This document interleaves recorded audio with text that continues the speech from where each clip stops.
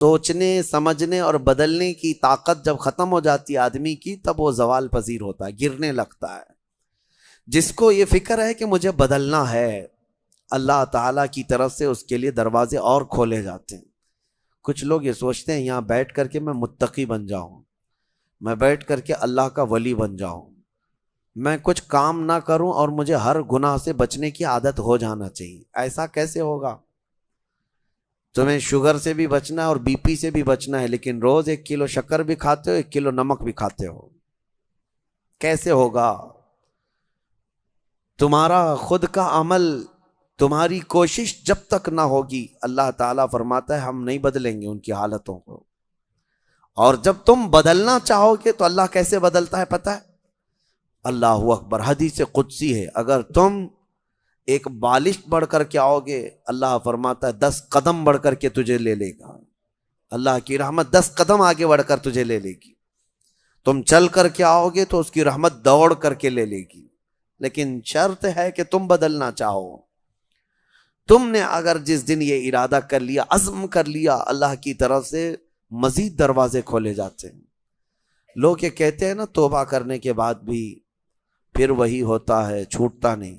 مسئلہ توبہ کا یہ نہیں ہے کہ گال پہ تھپڑ مار لینا، توبہ کا یہ ہے عزم کرنا، پکا ارادہ کرنا، اور اللہ سے یوں عرض کرنا کہ تیرا وعدہ ہے کہ جو بدلنا چاہے، جو بڑھنا چاہے تو اسے بدل دے گا۔ میں بدلنے کے لیے آگے بڑھ رہا ہوں مولا، اب تو رحمتیں بھیج۔ پھر دیکھو کیسے نہیں بدلتے۔ اللہ تمہیں توبہ پر دوام عطا کرے گا، پھر کبھی بھی قدم پھسلے گا اللہ تمہارے لیے مدد نازل فرمائے گا۔ زندگی ہے، آخری سانس تک کچھ نہ کچھ خطائیں ہوتی رہتی ہیں، قدم جب بھی پھسلے گا لیکن مولا تمہیں توبہ کی توفیق ضرور عطا کرے گا۔ اسی لیے کوشش پہلے خود کے بڑھنے کی ہو، خود کے بدلنے کی ہو۔ ایک بات یاد رکھیں، ہمارے معاشرے میں اچانک کوئی ہوا نہیں آئے گی جو سب کو پرہیزگار بنا کے چلی جائے گی۔ ہمارے محلے میں کبھی ایسی بارش نہیں ہو جائے گی کہ اس بارش میں جتنے بھیگ جائیں گے سب اللہ کے ولی بن جائیں گے، نہیں، پرٹیکولر ہر ایک کو بدلنے کی کوشش کرنی ہوگی، تبھی انقلاب آتا ہے۔ ایک ایک آدمی بدلنے کی سوچے اور پھر دیکھے انقلاب آتا ہے۔ ریولیوشن یوں ہی آتا ہے، لوگوں کی چینجنگ سے آتا ہے۔ میں آپ کو بتاؤں، بدلنا چاہے تو اللہ تعالیٰ کیسے بدلتا ہے۔ آپ نے سنا ہے بشر حافی کے متعلق، بغداد میں شراب کا کام کرتے تھے، شراب کا کاروبار تھا۔ ایک بار انہوں نے ایک تحریر جس میں بسم اللہ لکھی ہوئی تھی، وہ زمین پر کیچڑ میں گری ہوئی تحریر کو اٹھا کر چوم لیا اور گھر پہ لا کر اوپر رکھ دیا۔ اللہ کو یہ ادا پسند آئی، اور اس کے بعد اس زمانے میں موجود ایک بزرگ کے خواب میں میرے آقا صلی اللہ علیہ وسلم تشریف لائے اور کہا جاؤ بشر کو اللہ کا سلام پہنچاؤ، جبکہ وہ شراب کا اڈا چلاتے تھے۔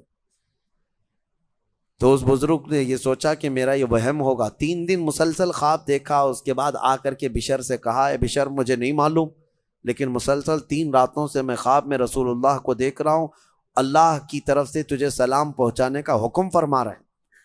تھے تو مسلمان لیکن بھٹکے ہوئے، راستہ چینج تھا۔ اسی وقت اپنے شراب خانے سے باہر نکلے، چیخ مار کر کی یوں عرض کرنے لگے مولا تو یقیناً رحیم و کریم ہے، ستار ہے، ایک بسم اللہ کے ٹکڑے کی میں نے عظمت کی اور تو رب العالمین مجھے سلام بھیجتا ہے۔ لیکن اتنا ہی نہیں کہ ایک سلام آیا اور پھر اس کے بعد اپنا دھندا چلتا رہا۔ بشر حافی نے عزم کر لیا تھا، ارادہ کر لیا تھا کہ پلٹ کر کے میں اپنے اڈے کو دیکھوں گا نہیں۔ وہاں سے جو نکلے ننگے پیر نکلے اور زندگی بھر ننگے پیر ہی چلتے رہے، پھر چپل پہنے ہی نہیں، کیونکہ چپل چھوڑ کر کے باہر آئے تھے اس بزرگ سے ملنے کے لیے، اسی حالت میں نکل آئے۔ تو جب کسی کا پکا ارادہ ہوتا ہے تو اب اللہ تعالیٰ نے ان کے لیے ایسے دروازے کھولے، اللہ اکبر، وہ بغداد کے قطبوں میں شمار ہوئے ہیں، قطب الاقطاب تھے، اللہ کے ولیوں میں تھے۔ اور حد تو یہ ہے کہ ایک بزرگ نے دیکھا بغداد میں ایک کتے نے راستے پر پیشاب کیا ہے، پخانہ کیا شہر کے راستے پہ۔ اس بزرگ نے فرمایا جاؤ دیکھو آج بشر حافی کا انتقال ہو گیا ہوگا۔ تو لوگ جا کر کے معلوم کیے تو صحیح میں اسی دن حضرت بشر حافی کا انتقال ہوا تھا۔ اس بزرگ سے پوچھا کہ آپ کو کیسے خبر ہوئی؟ کہا کہ جب تک بشر حافظ زندہ تھے پورے بغداد کے کسی راستے پر کوئی جانور پیشاب و پخانہ نہیں کرتا تھا، اس لیے کہ وہ ننگے پیر چلا کرتے تھے۔ اللہ نے ہر راستے کو ان کے لیے پاک کر رکھا تھا۔ یہ ہے رحمت الہی، جب بدلنا چاہے بندہ مولا اس کے پیروں کو بھی چلنے کے لیے پاک راستے عطا کرتا ہے۔ میرے عزیزو، اسی لیے اعلیٰ حضرت نے ترجمہ بھی کیا کیا، اہدنا الصراط المستقیم کا، کیا اللہ تو سیدھا راستہ دکھا نہیں، چلا، کیونکہ اب میں چلنے کی کوشش کر رہا ہوں، میں آ گیا ہوں، نماز میں آیا ہوں، یہ سیدھا راستہ ہی تو ہے، لیکن اب آگے اے مولا تو چلا۔ جس کی بھی یہ دعا قبول ہوئی مولا کریم اس کو آخری سانس تک ہدایت پر رکھے گا، چلائے گا۔ لیکن میرے عزیزو، بنیاد یہی ہے، قرآن کی یہ آیت ہمیں بتاتی ہے تمہاری طرف سے شروعات ہو، پھر اللہ کریم کی طرف سے رحمتیں کھل جائیں گی۔ گھر میں بیٹھ کر کے صرف لوگ جو آسان نسخے چاہتے ہیں، واٹس ایپ میں دیکھو ابھی وظیفے بھرے ہوئے ہوں گے، ہر جگہ سے، انسٹا میں، واٹس ایپ میں اتنے وظیفے آتے ہیں جو اللہ کے ولی بنا دیں گے 2 گھنٹے کے اندر۔ یہ پڑھنے سے وہ ہو جائے گا، وہ پڑھنے سے یہ ہو جائے گا، دوسروں کا مال کھاتے رہو اور وظیفے کرتے رہو، لوگوں کو ٹوپی ڈالتے رہو اور یہاں 100 وظیفے پڑھتے رہو، ان وظیفوں کا اثر نہیں ہوگا، تمہارے اندر سے تبدیلی ہو۔ حرام کھا کر کے تم 1000 بار بھی پڑھتے رہو تو تمہاری زبان سے کوئی جملہ آسمان تک نہیں جائے گا۔ تمہیں ان تمام چیزوں کو چھوڑ کر کے پھر دیکھو، آپ کو پتا ہے محبوب الہی رحمۃ اللہ علیہ کے پاس ایک شخص آیا، کہا میری بیٹی کی شادی ہونی ہے، کچھ دے دیجئے۔ انہوں نے کہا جا باہر کچھ ڈھیلے پڑے ہوں تو لے آؤ۔ وہ 3 ڈھیلے لے آیا، آپ نے کچھ پڑھ کر کے دم کیا، لے جا اس کو۔ اس نے دیکھا ڈھیلے دیے، لیکن باہر آ کر دیکھا تو وہ سونے کے تھے۔ اس کو لے جا کر کے اس نے اپنی بیٹیوں کی شادی کی، کافی قیمت والے تھے اس وقت سونے کے ڈھیلے، لیکن محبوب الہی نے 3 بار قل هو اللہ احد ہی پڑھا تھا، بس صرف 3 بار قل هو اللہ احد کا سورہ پڑھ کر کے دم کر کے دے دیا تھا، لے گا جاؤ۔ اب اس نے بیٹیوں کی شادی تو کی، لیکن نسخہ تو ہاتھ میں آ گیا تھا نا، گھر میں بہت سارے ڈھیلے جمع کر لیا، بہت سارے پتھر اور اینٹ بھی لا کر کے بیٹھا اور رات میں قل هو اللہ احد پڑھنے لگ گیا۔ 3 بار تو چھوڑو، 100 بار ہو گئے، آنکھ کھول کھول کر کے دیکھتا تھا وہ ڈھیلا ڈھیلا ہی تھا، بدلتا ہی نہیں تھا۔ 1000 بار ہو گیا سورہ اخلاص، 1000 بار کے بعد بھی وہ ڈھیلے ویسی رہے۔ وہ دوسرے دن اٹھ کر کے آیا اور سوچا کہ پتہ نہیں اور کیا پڑھے تھے۔ پوچھا محبوب الہی سے کہ آپ کیا پڑھ کر کے مجھے دیے تھے؟ کہا 3 بار قل هو اللہ احد کا سورہ پڑھ کے دیا تھا۔ کہا میں 1000 بار پڑھا، ابھی بھی ڈھیلا ہی ہے۔ تب آپ نے فرمایا تھا تیری زبان اور ہے، میری زبان اور ہے۔ اللہ کریم اس کے ان بندوں کی ہر بات کی لاج رکھتا ہے جو اس کے لیے بدل جاتے ہیں، اس کے لیے چھوڑ دیتے ہیں ہر چیزیں۔ یقیناً آج آپ کے لیے بھی بہت ساری ہیں دعائیں، آپ کی مستجاب ہوں گی، اللہ آپ کی زبان میں اثر عطا کرے گا۔ اس کے لیے کچھ چیزیں چھوڑنے کی کوشش کرو، اس کے لیے کچھ نہیں بلکہ بہت ساری چیزیں چھوڑنا ہے۔ حرام چھوڑنا، میں آپ کو بتاؤں، یہ تو مسلمان کے لیے فرض ہے۔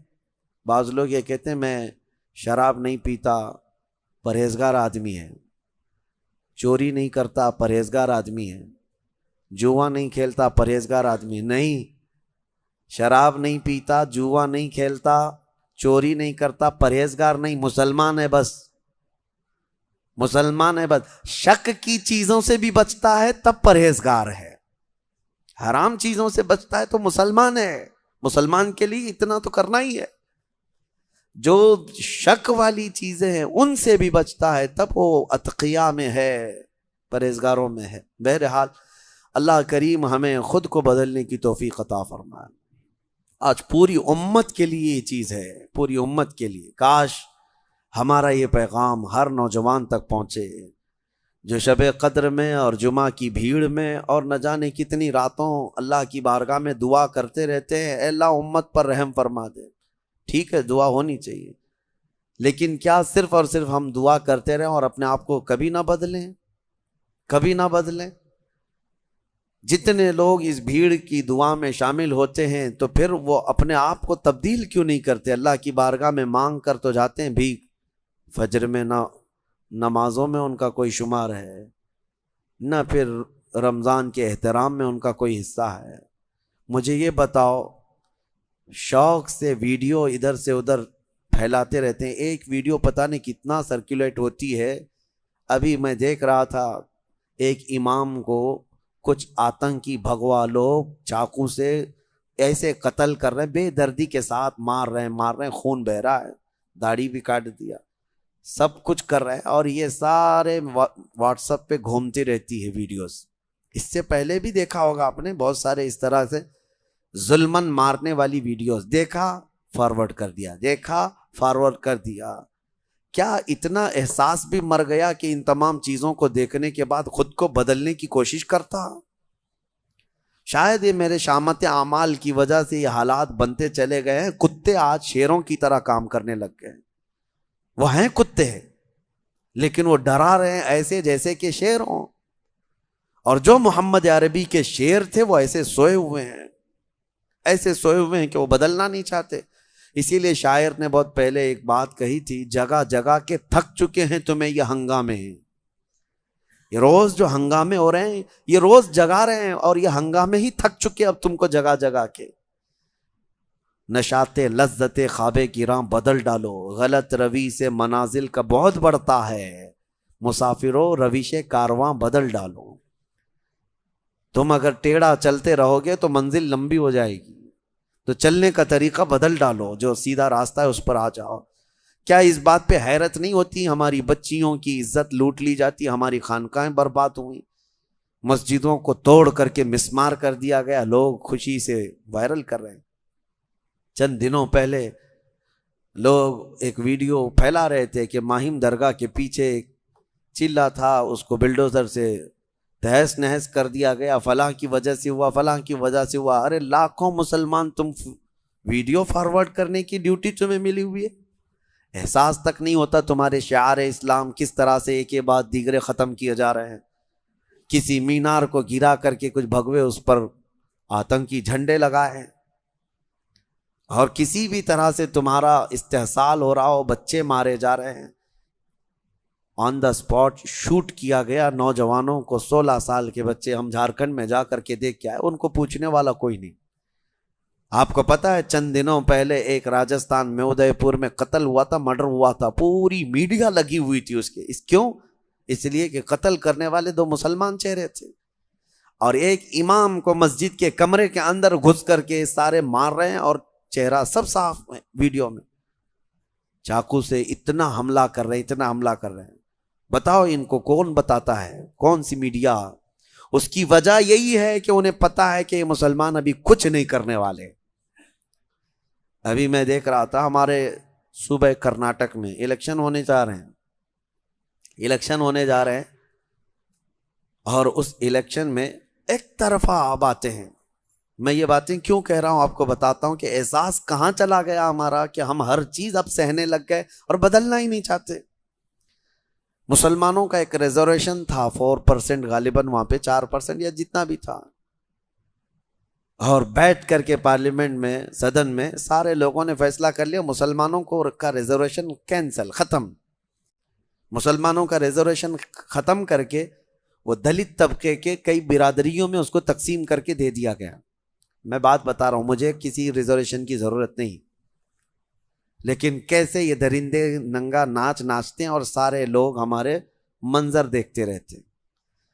بانٹ کر کے دوسرے طبقوں کو دے دیا گیا، دوسری برادریوں کو، لیکن ایک سماج ہے، ایک برادری ہے جس کو 2.5% بڑھا کر کے دیا ہے گورنمنٹ نے، پہلے سے آلریڈی ان کا ریزرویشن تھا، 2.5% اور بڑھا کر کے دیا، لیکن اس کے باوجود وہ پوری برادری کے لوگ سڑکوں پر آئے، توڑ پھوڑ کیے، بڑے بڑے نیتاؤں کے گھروں کو گھیرا کر لیے، صرف اس لیے کہ ہمیں کم بانٹا گیا ہے۔ ایک برادری والے، ایک سماج والے پورے سڑکوں پر ہیں کہ 2.5% جو ریزرویشن بڑھا کر کے دیا گیا ہے یہ کم بڑھایا گیا، ہمیں اور زیادہ بڑھا کے دینا تھا، اور ایک طرف یہ کروڑوں مسلمان ہیں جن کا پورا صاف کر دیا گیا ہے اور کوئی بولنے کے لیے تیار نہیں۔ یا ہماری احساس کی موت نہیں ہے تو اور کیا ہے؟ آپ کو ایسا لگ رہا ہوگا کہ میں سیاسی باتیں کر رہا ہوں، بلکہ حقیقت یہ ہے کہ تمہاری ہر چیز چھین لے جانے کے بعد تم صرف اور صرف واٹس ایپ پہ فارورڈ کرتے رہ جاؤ کہ باقی کچھ نہیں۔ اور وہ نیتا کہاں ہیں جو بیچارے بھیک مانگنے کے لیے تو آ جاتے ہیں، لیکن ان معاملات پر کلام کرنے کی بھی بات نہیں ہوتی۔ خیر، میرا خلاصہ کلام یہی ہے، نہ سنبھلو گے تو مٹ جاؤ گے اے ہندی مسلمانوں۔ اقبال نے بہت پہلے کہا تھا، نہ سنبھلو گے تو مٹ جاؤ گے اے ہندی مسلمانوں، تمہاری داستان تک نہ ہوگی داستانوں میں، تمہاری داستان تک نہ ہوگی داستانوں میں۔ اور اسی اقبال نے کہا تھا، کہاں تم بیٹھنے لگ گئے آج، گٹر پہ، نالوں پہ، نکڑ پہ؟ تمہاری یہ جگہ ہے، تمہاری یہ جگہ ہے۔ نہیں تیرا نشیمن قصر سلطانی کے گنبد پر، تو شاہین ہے بسیرا کر پہاڑوں کی چٹانوں میں۔ تم امت محمدیہ ہو، بہرحال ہو سکتا ہے میری یہ بات کسی پر اثر کر جائے، اللہ کرے کہ مجھے اور آپ سب کو اپنے آپ کو بدلنے کی توفیق عطا فرمائے۔ امت آج قسم پرسی کے عالم میں ہے، اللہ کریم ہمیں بہترین قائد عطا فرمائے، ہمیں صلاح الدین کا نائب عطا فرمائے، ہمیں شہاب الدین کا نائب عطا فرمائے، جو امت کو جوڑ دے اور ہماری کھوئی ہوئی وقار و عزت کو واپس دلا دے۔ اور ایک آیت میں آپ کے سامنے رکھ کر اپنی گفتگو کو سمیٹتا ہوں۔ اللہ نے فرمایا، اب قرار والی بات ہے، اتنی دیر میں نے جو گفتگو کیا یہ پریشان والی بات تھی کہ ہم نہیں بدل رہے، حقیقت ہے، لیکن ایک قرار والی، اطمینان والی بات ہے۔ اللہ فرماتا ہے، الا بذکر اللہ تطمئن القلوب، آگاہ ہو جاؤ، دلوں کا قرار اور اطمینان اللہ کے ذکر میں ہے، اللہ کے ذکر میں۔ اللہ کا ذکر صرف یہی نہیں ہے کہ اللہ اللہ اللہ کریں، آپ مسجد میں بیٹھے یہ بھی اللہ کا ذکر ہے، اللہ کا ذکر ہے۔ تم جس حال میں اسے یاد کر رہے ہو، ذکر کا مطلب عربی میں یاد کرنا۔ ذکر کے کئی قسمیں ہیں، ذکر باللسان، ذکر بالجوارح، ذکر بالقلب۔ تم اپنی زبان سے بھی ذکر کر رہے ہو اللہ کا، لا الہ الا اللہ، لا الہ الا اللہ، یہ ذکر باللسان ہے۔ ذکر بالجوارح، تمہارے ہاتھ کوئی نیک کام کر رہے ہیں، تم جو ہے یہاں صفائی کر رہے ہو اللہ کے گھر کی، کسی یتیم کی مدد کر رہے ہو، ہاتھ سے کوئی بھی کام کر رہے ہو، پیروں سے کوئی کام کر رہے ہو، چل کر کے جا رہے ہو، یہ تمہارے اعضاء کا ذکر ہے، تمہاری باڈی کا ذکر ہے۔ اور زبان سے بھی نہیں کر رہے، ہاتھ پیر سے بھی نہیں کر رہے، لیکن جہاں بیٹھے ہو اپنے دل میں اللہ کو یاد کر رہے ہو، یہ قلب کا ذکر ہے۔ لیکن آپ کو ہونا یہ چاہیے کہ ان تینوں میں کسی ایک میں مشغول ضرور رہو، یا تو ذکر بالقلب میں رہو، یا ذکر باللسان میں رہو، یا ذکر بالجوارح میں رہو۔ کسی بھی ذکر میں رہو گے، بدلہ کیا ہے؟ اللہ فرماتا ہے، فَاذْكُرُونِي أَذْكُرْكُمْ، تم مجھے یاد کرتے رہو گے، میں تمہیں یاد کروں گا۔ اور اس کے یاد کرنے کا طریقہ یہ ہے، تفسیر میں فرمایا گیا، تم اگر اس کو تنہائی میں یاد کرو گے تو وہ مجمع میں یاد کرے گا۔ تم اگر انسانوں کے مجمع میں یاد کرتے ہو اللہ کو، تو رب تعالیٰ فرشتوں کے مجمع میں تمہیں یاد کرتا ہے۔ اور جب تم رات کی تنہائی میں دنیا میں اسے یاد کرتے ہو تو اللہ کب یاد کرتا ہے؟ جب تم قبر کی تاریک وادی میں پہنچ جاؤ گے، رب تبارک و تعالیٰ تمہارے چرچے فرمائے گا۔ یاد کرنے کا مطلب یہاں پر چرچا کرنا، ذکر۔ ہاں، یاد تو ہم کرتے ہیں لیکن اللہ چرچا کرتا ہے، اللہ تمہارا چرچا فرماتا ہے۔ تو دلوں کا قرار اور دلوں کا سکون کس میں ہے؟ اللہ کے ذکر میں ہے۔ جب دل بے قابو ہو جائے تو زیادہ سے زیادہ استغفار پڑھو اور اللہ کا ذکر کرو۔ اللہ ہمارے دلوں کو اطمینان عطا فرمائے اور ہمارے دلوں کو سکون عطا فرمائے۔ اور ایک بات یاد رکھیں، جس دل میں ذکر الہی نہ ہو وہ دل جو ہے گناہوں کی آماجگاہ بن جاتا ہے، کالا ہونے لگ جاتا ہے۔ کثرت سے اللہ کو یاد کرو، اور دل اگر کسی کے لیے دھڑکتا ہو تو وہ محمد عربی کے لیے دھڑکتا ہو صلی اللہ علیہ وسلم۔ اور جس دل ان کی محبت نہیں ہوتی، بلے شاہ میاں رحمۃ اللہ علیہ فرماتے ہیں، اس دل میں کتے بستے ہیں۔ حضور کی محبت نہ ہو، اللہ کا ذکر نہ ہو تو اس دل میں کتے بستے ہیں۔ دل ہے وہ دل جو تیری یاد سے معمور رہا، سر ہے وہ سر جو تیرے نام پہ قربان گیا۔ اللہ کریم ہمیں وہی دل عطا فرمائے جس دل کے بارے میں مولانا روم فرماتے ہیں، مولانا روم کیا فرماتے ہیں؟ کعبہ بنائے خلیل اطہر است و دل گزرگاہ رب جلیل است۔ خانہ کعبہ یہ ابراہیم علیہ السلام کی بنائی ہوئی عمارت ہے، اور دل خود رب ذوالجلال کی گزرگاہ ہے۔ قلب المؤمن عرش اللہ، مومن کا دل اللہ کا عرش ہے، اللہ کا عرش ہے یہ تمہارا دل، اور اس کو پاک رکھو تو اللہ کے ذکر سے پاک رکھو۔ اللہ کریم کہنے سننے سے زیادہ عمل کی توفیق عطا فرمائے۔ میں یہ ملتا ہے کہ وہ حضرت یوسف علیہ السلام کے غم میں روتی رہی اور ان کی بینائی چلی گئی۔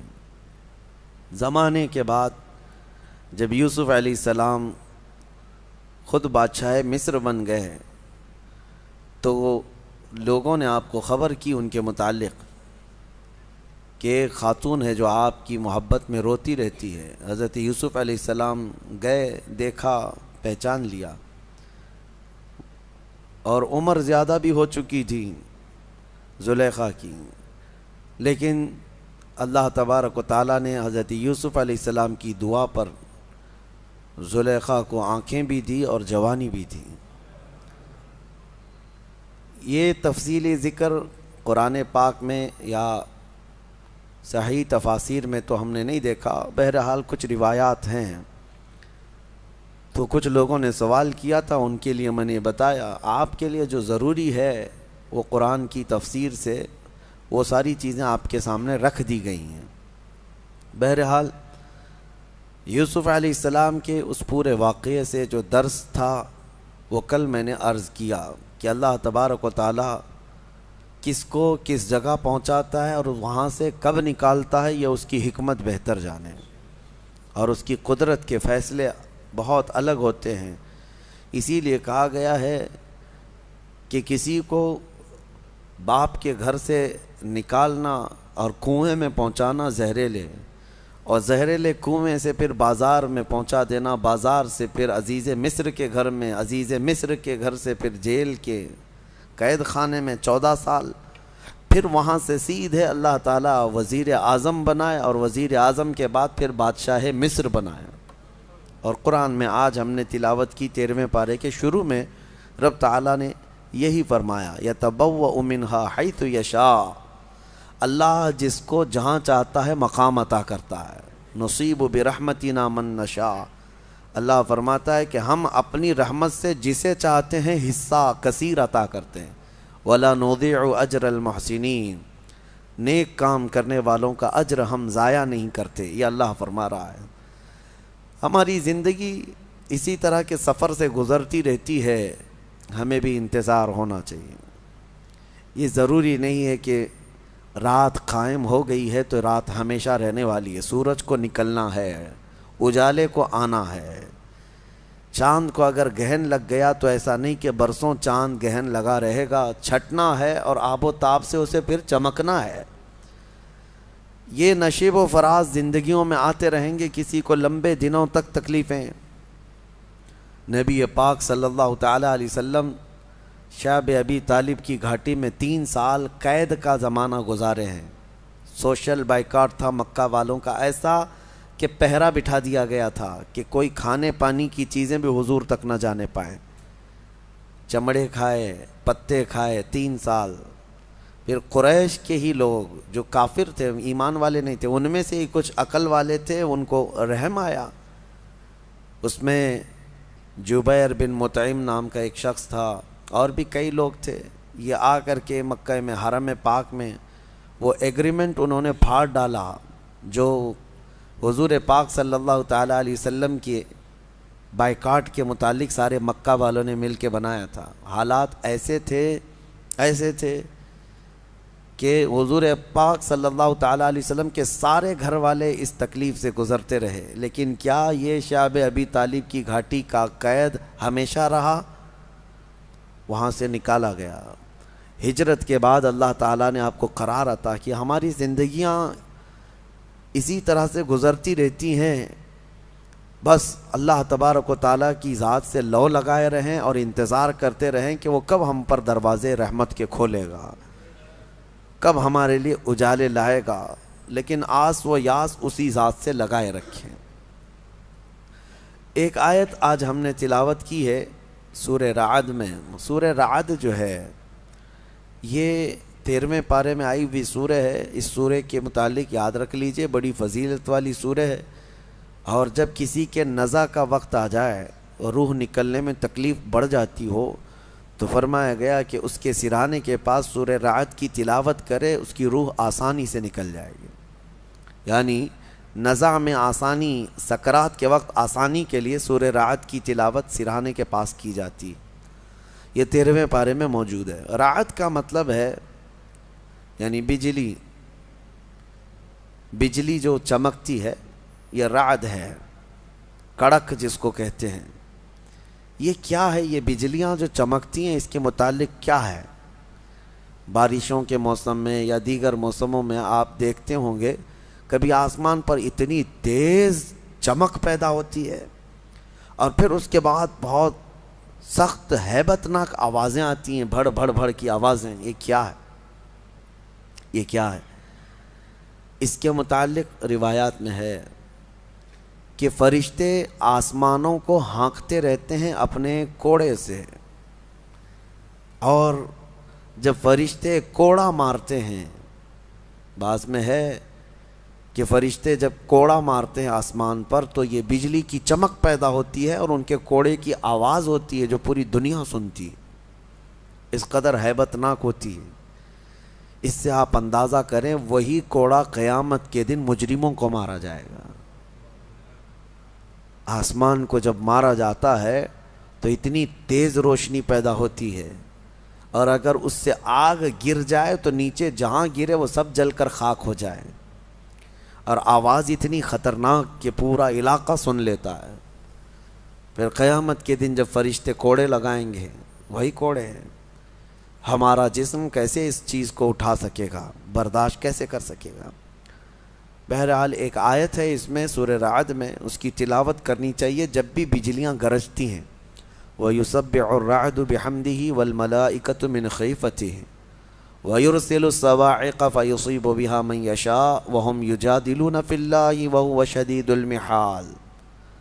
اللہ فرماتا ہے یہ کڑک اللہ کی تسبیح بیان کرتی ہے، اس کے حمد کی، اور فرشتے خوف کھاتے ہیں، ڈرے ہوئے ہوتے ہیں، اور اللہ فرماتا ہے یہ بجلیاں اللہ چھوڑ دیتا ہے، جسے چاہے جا کر کے لگ جاتی ہیں۔ یعنی یہ کرنٹ جو چلتا ہے بجلی کوڑے مارنے کے بعد، یہ دنیا میں کہیں نہ کہیں گرتی ہے، اور جس کو چاہے وہ بجلیاں جلا کر خاک کر دیتی ہیں۔ اللہ نے اگر تمہارا نام لکھ دیا آزاد ہونے والوں میں تو میں سمجھتا ہوں کہ زندگی وصول ہو گئی۔ اس سے بڑی کوئی چیز نہیں جو اس ماہ میں اور اس ہفتے میں یا اس اخیر عشرے میں جو دی جا رہی۔ جہنم ہے کیا چیز میں آپ کو بتاؤں، اسی پر میں آج تھوڑی سی گفتگو کرتا ہوں۔ ہلکے میں لے لیتے ہیں بہت سارے لوگ، جہنم کا نام آئے، دوزخ کا نام آئے، کیونکہ جب ذکر کثرت سے ہوتا رہتا ہے تو بعض لوگ اس کو یوں سمجھتے ہیں کہ یہ یوں ہی بیان کرنے والی چیز۔ ایسا نہیں ہے میرے عزیزو۔ قرآن پاک میں اللہ رب العزت نے کثرت سے اگر کسی چیز سے ڈرایا ہے تو وہ جہنم سے ڈرایا ہے، دوزخ کے عذابات سے ہی ڈرایا ہے، اور ڈرنے والے ڈر گئے، اور جو بے خوف ہو کر کے جیتے ہیں ان کے لیے تو کوئی بات ہی نہیں ہے۔ یعنی جہنم کا بھی خوف نہیں، اللہ کا بھی خوف نہیں۔ تو ایسے بے ایمان ہو جاتے ہیں لوگ تو پھر ان کو کوئی ڈر نہیں ہوتا، لیکن ایمان جس کا ہے وہ جہنم کا نام سنتے ہی ڈرنے لگ جاتا ہے۔ بہت سارے صحابہ اکرام رضوان اللہ تعالی علیہ مجمعین، بہت سارے تابعین، ان کے واقعات موجود ہیں۔ جب نماز میں قیامت کا ذکر آ جاتا، یعنی قرآن پڑھتے پڑھتے، یا پھر جہنم کا تذکرہ ہو جاتا تو وہ وہیں کے وہیں کھڑے رہ جاتے تھے اور آگے ہی نہیں بڑھ پاتے تھے نمازوں میں۔ اس قدر وہ رونا شروع کر دیتے تھے کہ جہنم کے ذکر سے۔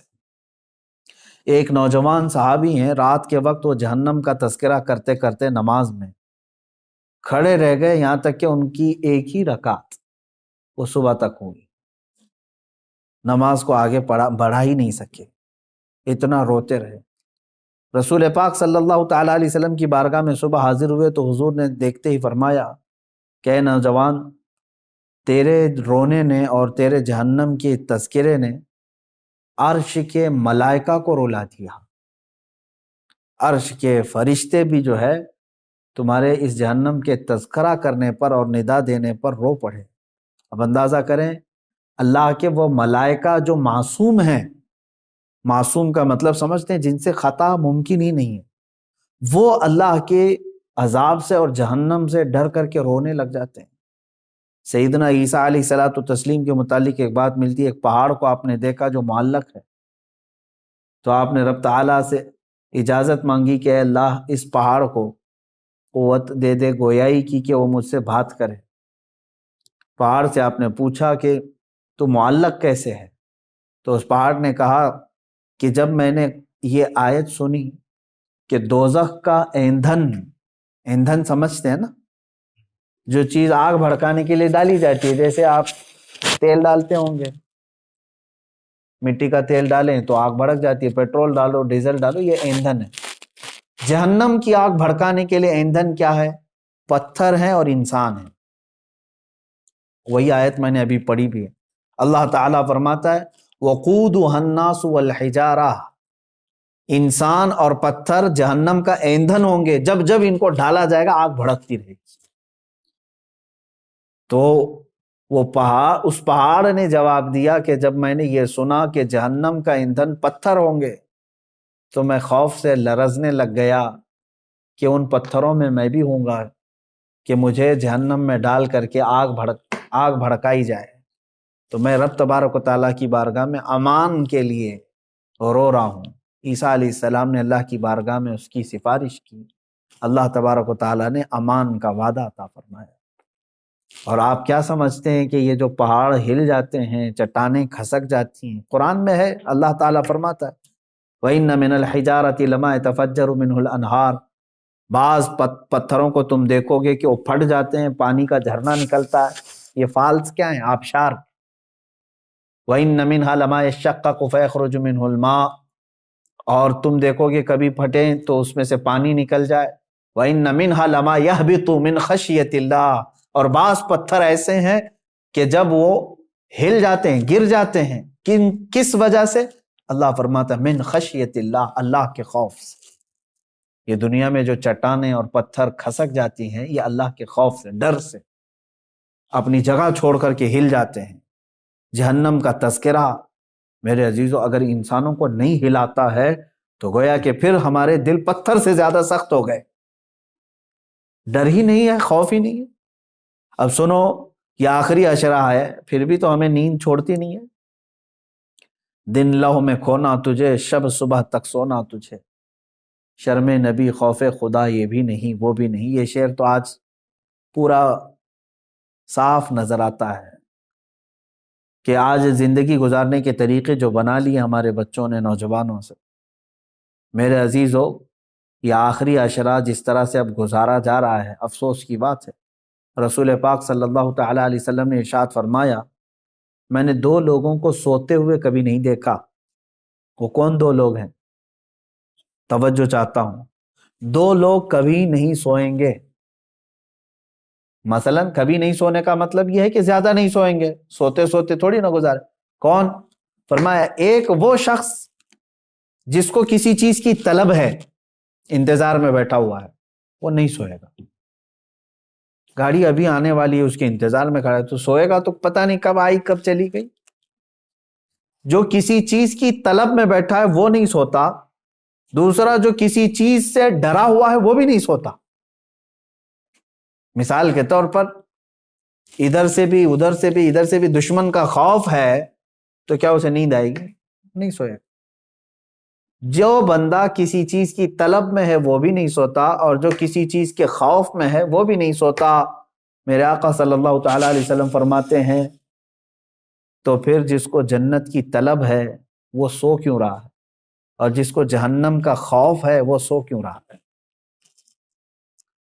اور یہ حدیث کے کئی الفاظ ہیں۔ میرے آقا صلی اللہ تعالیٰ علیہ وسلم نے فرمایا کہ سونے والوں میں نہ رہو، یعنی کثرت سے سو کر کے اپنے دن اور رات کاٹ لیے تو نہ تم اس طلب کو پا سکو گے جس کے لیے دعائیں کرتے ہو، جنت چاہیے جنت چاہیے۔ ارے جس چیز کی طلب ہے سو کر کے چاہیے تمہیں، اور جہنم سے ڈرتے بھی ہو پھر بھی سوئے ہوئے ہو۔ حضور پاک صلی اللہ تعالی علیہ وسلم سونے والوں کے پاس سے گزرے اور پھر یہ ارشاد فرمایا، میں نے نہیں دیکھا کہ جہنم سے ڈرنے والے اس طرح سوتے ہیں۔ اور آیت کریمہ بھی میرے آقا صلی اللہ تعالی علیہ وسلم نے تلاوت فرمائی۔ اللہ تبارک و تعالیٰ نے فرمایا، وَكَم مِّن قَرْيَةٍ أَهْلَكْنَاهَا فَجَاءَهَا بَأْسُنَا بَيَاتًا۔ وہ یہ جو ہے آیت تلاوت فرمائی کہ بہت سارے قریے دیہات ایسے ہیں جن کو اللہ تعالیٰ نے ہلاک فرما دیا، وَهُمْ نَائِمُونَ، اور جبکہ وہ سو رہے تھے، سونے والے غفلت میں۔ حضور پاک صلی اللہ تعالیٰ علیہ وسلم نے یہ تلاوت فرمائی۔ اس کا مطلب یہ میرے عزیزوں، میں خلاصہ یہ بتانا چاہتا ہوں کہ یہ آخری عشرہ ہمارا سونے کا نہیں ہے۔ اندازہ کرو کہ کل اگر تمہاری موت آنے والی ہے تو کیا آج کی رات سو کے گزارو گے؟ کل اگر تمہیں پتہ چل جائے کہ تمہارا جنازہ اٹھایا جانے والا ہے تو کیسے آج کی رات گزرے گی آپ؟ ہونا یہ چاہیے کہ یہ آخری عشرہ جو اللہ تعالیٰ نے دیا ہے صحت و سلامتی کے ساتھ تمہیں دیا ہے۔ کون سی مصیبت ہے تمہارے پاس آج؟ اور آج تو حالات ایسے ڈرائے ہوئے آپ دیکھ بھی رہے، اتنی موتیں عام ہو گئی ہیں اس بیماری کے نام سے۔ آپ دیکھیں ہندوستان میں ہی روزانہ کی 3,500 سے 4,000 موتیں ہو رہی ہیں صرف یہ کورونا کے نام سے، جو گیا 1 دن میں 2 دن میں ہٹے کٹے صحت مند لوگ جا رہے ہیں، ایک ایک گھر سے کئی لاشیں جا رہی ہیں۔ تو کیا یہ آپ سب کو دہلا نہیں دیتی چیزیں کہ موت برحق ہے اور آج یا کل آنی ہے؟ اور آج موت نے یہ بتا دیا ہے ہندوستان کے ماحول میں بھی کہ بوڑھا ہونا ضروری نہیں موت کے لیے، وہ تو بچوں کو بھی لے جاتی ہے، جوانوں کو بھی لے جاتی ہے، بوڑھا ہونا ضروری نہیں ہے۔ بعض لوگ اگر یہ سوچ کر کے بیٹھتے ہیں ابھی عمر ہی کیا ہے میری، مرنے کی عمر تھوڑی نہ ہے۔ میرے عزیز، مرنے کی کوئی عمر ہی نہیں ہوتی۔ اب ہمارے پاس وقت کی کمی بہت ہے، اور جہنم سے بچنے کے لیے ہم نے کیا کیا؟ مجھے ایک بات بہت اچھی لگتی ہے شیخ سعدی رحمۃ اللہ تعالی علیہ کی، توجہ چاہتا ہوں، فرماتے ہیں جو امپاسبل ہے، جو ناممکن ہے، وہ ایک چیز ہے، میں بتاتا ہوں، آپ گیس کریں۔ دنیا میں ایک چیز ایسی امپاسبل ہے جس کو سب مانیں گے، مسلمان ہی کیا، ہندو بھی، عیسائی بھی، یہودی بھی، سب مانیں گے، وہ امپاسبل، سب اس کو کہیں گے۔ کون سا امپاسبل؟ موت سے بچنا۔ کوئی کہے گا پاسبل ہے؟ موت سے کوئی بچ سکتا ہے؟ آج بچے گا، کل بچے گا، پرسوں، کوئی تو ایک لیمٹ آئے گی اس کی، جب تو مرے گا، موت آنا ہے۔ لیکن میں آپ کو بتا رہا ہوں، توجہ چاہتا ہوں، ایک امپاسبل چیز ہے، موت سے بچنا ممکن نہیں، محال ہے، محال ہے نا۔ اب دوسری چیز میں آپ سے سوال کرتا ہوں، مسلمان ہونے کے ناطے آپ یہ مجھے بتائیں، جہنم سے بچنا، دوزخ سے بچنا ممکن ہے کہ ناممکن ہے؟ ناممکن تو نہیں۔ جہنم سے کیونکہ اللہ تعالیٰ نے ہمیں بتایا ہے کہ تم اگر برے کام نہیں کرو گے تو جہنم میں تھوڑی نہ جانا ہے۔ تو یہاں کچھ پریکاشن سے، کچھ احتیاط سے جہنم سے بچا جا سکتا ہے کہ نہیں؟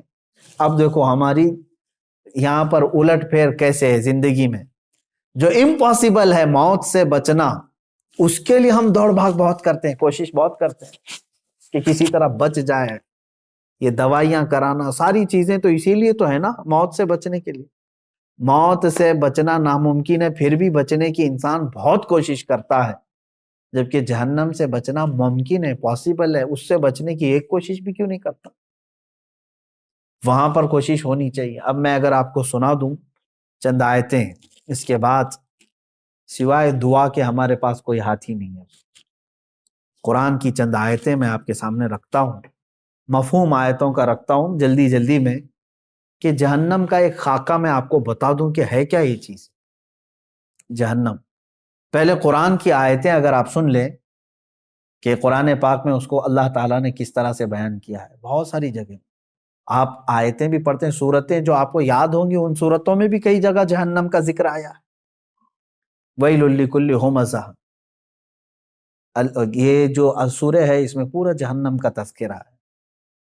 آپ دیکھیں جہنم کی آگ کا تذکرہ، یہ ساری چیزیں آئی ہیں۔ اب قرآن پاک میں اللہ تبارک و تعالیٰ نے جو فرمایا اس میں سورہ یونس کی ایک آیت جس کا مفہوم میں بتا رہا ہوں، جہنم کو دیکھتے ہی کافروں کے چہرے کالے سیاہ ہو جائیں، کأنما اغشیت وجوہہم قطعا من اللیل مظلما، دیکھتے ہی جہنم کو، جب جہنم کو لایا جا رہا ہوگا تو چہرے جو ہے بالکل کالے پڑ جائیں گے، سیاہ پڑ جائیں گے۔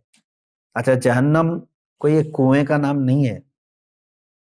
جہنم کتنی بڑی ہے یہ میں اگر آپ کو بتا دوں تو اندازہ کریں، جہنم میں جس کو ڈالا جا رہا ہے نا، جو جہنمی، اس کے ایک کندھے سے دوسرے کندھے تک جو چوڑائی ہے وہ ایک تیز گھوڑا 40 دن دوڑے تب طے ہوگی۔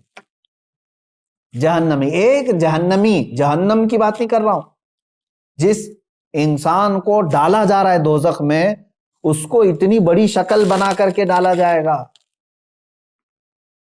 اب آپ اندازہ کریں، ایک جہنمی جب اتنا بڑا اس میں گر رہا ہے تو جو لاکھوں کروڑوں کی تعداد میں جو جہنم میں گر رہے ہوں گے تو پھر جہنم کتنی بڑی ہوگی، اس سے اندازہ کر سکتے ہیں آپ۔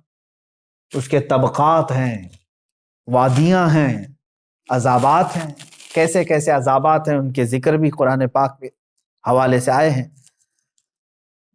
رسول پاک صلی اللہ تعالیٰ علیہ وسلم کی حدیثوں سے بھی یہ جو ملتا ہے۔ اب یہ دیکھیں، سنیں، جہنم کے ایک احاطے کی 2 دیواروں کے درمیان، صرف ایک سائیڈ کی بات کر رہا ہوں، پورے جہنم کی نہیں، ایک احاطے کی 2 دیواروں کے درمیان 40 سال کی مسافت لگے گی۔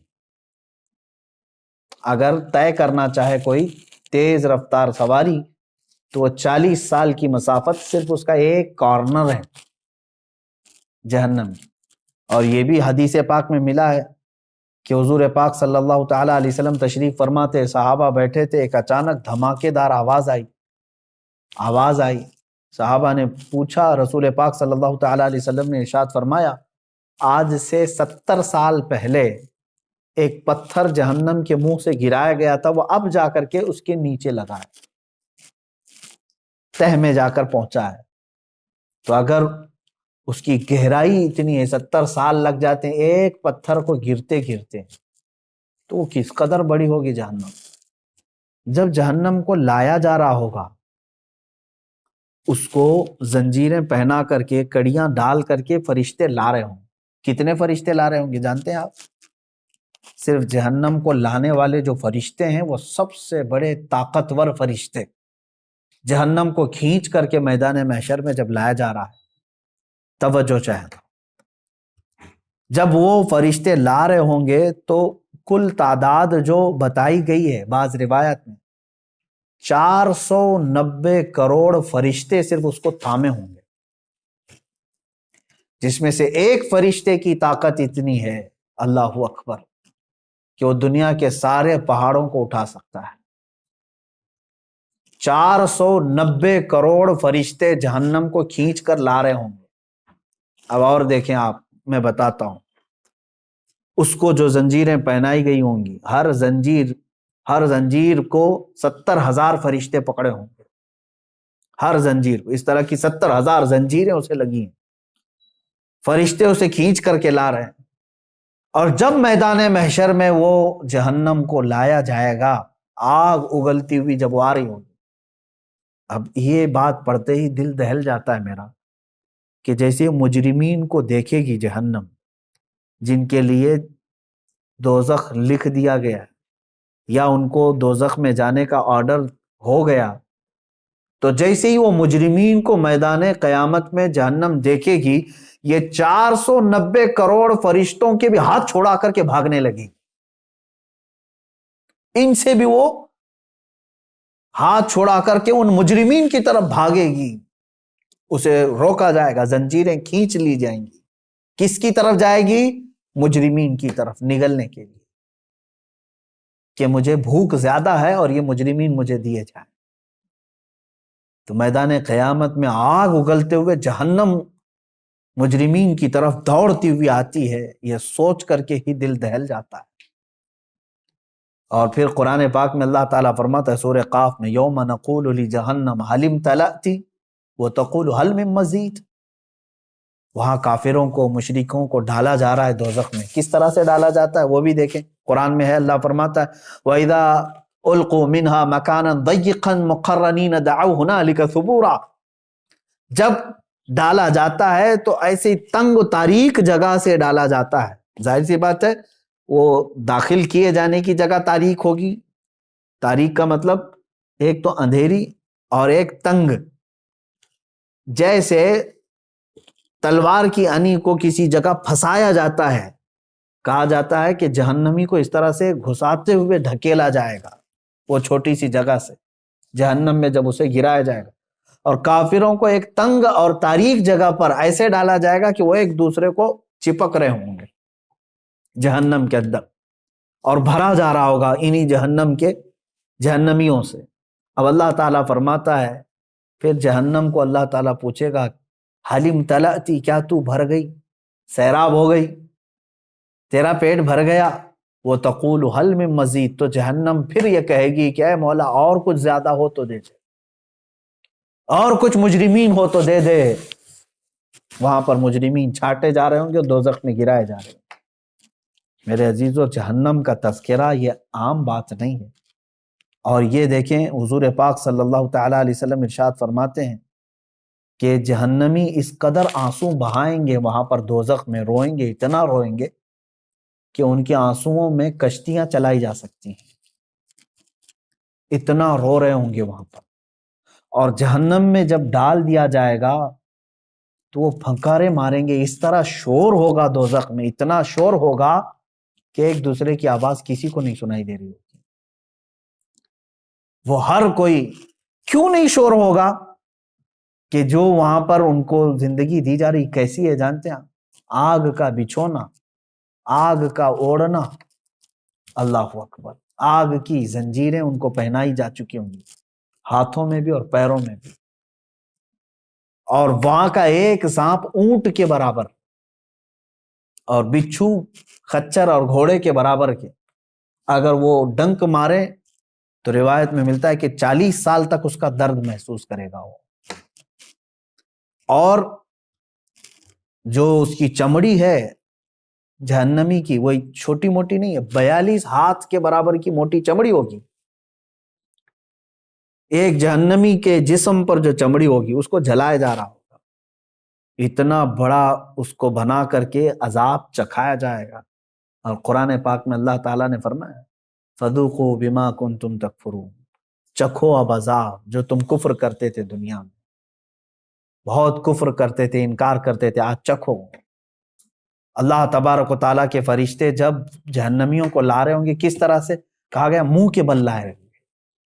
بعض کو ان کا منہ دونوں گھٹنوں کے بیچ میں پھنسا کر کے اور وہاں سے ان کی گردن پکڑ کر کے کھینچتے ہوئے دوزخ کی طرف لا رہے ہوں گے، اور بعض کو ان کے پیٹ کی انتڑیاں پیچھے کے مقام سے باہر نکالی جائیں گی اور اس طرح سے انہیں کھینچ کر دوزخ میں ڈالا جائے گا. آپ یہ مت سمجھنا کہ جہنم ہمارے لیے نہیں ہے، کافروں کے لیے، کافروں کے لیے ہمیشہ ہمیش کے لیے. لیکن مسلمان بھی اگر گناہ کرتا ہے تو اپنے گناہوں کی سزا بھگتنے کے لیے اسے دوزخ میں جانا ہوگا، دوزخ میں جانا ہوگا. اور قرآن پاک میں اللہ تعالیٰ فرماتا ہے کلما نضجت جلودہم بدلناہم جلودا غیرہا لیذوقوا العذاب، جب جب تمہاری چمڑی پک جائے گی آگ کی گرمی کی وجہ سے، ہم وہ چمڑی بدل دیں گے، پھر نئی چمڑی لگائیں گے. بدلناہم جلودا غیرہا، یہ 42 ہاتھ موٹی چمڑی جب جل جاتی ہے اللہ تعالیٰ فرماتا ہے پھر وہ بدل کر کے دوبارہ لگائی جائے گی. حضرت کعب احبار رضی اللہ تعالیٰ عنہ تابعی ہیں، فرماتے ہیں ان سے پوچھا گیا کہ حضور یہ کتنے ٹائم پہ بدلی جائے گی؟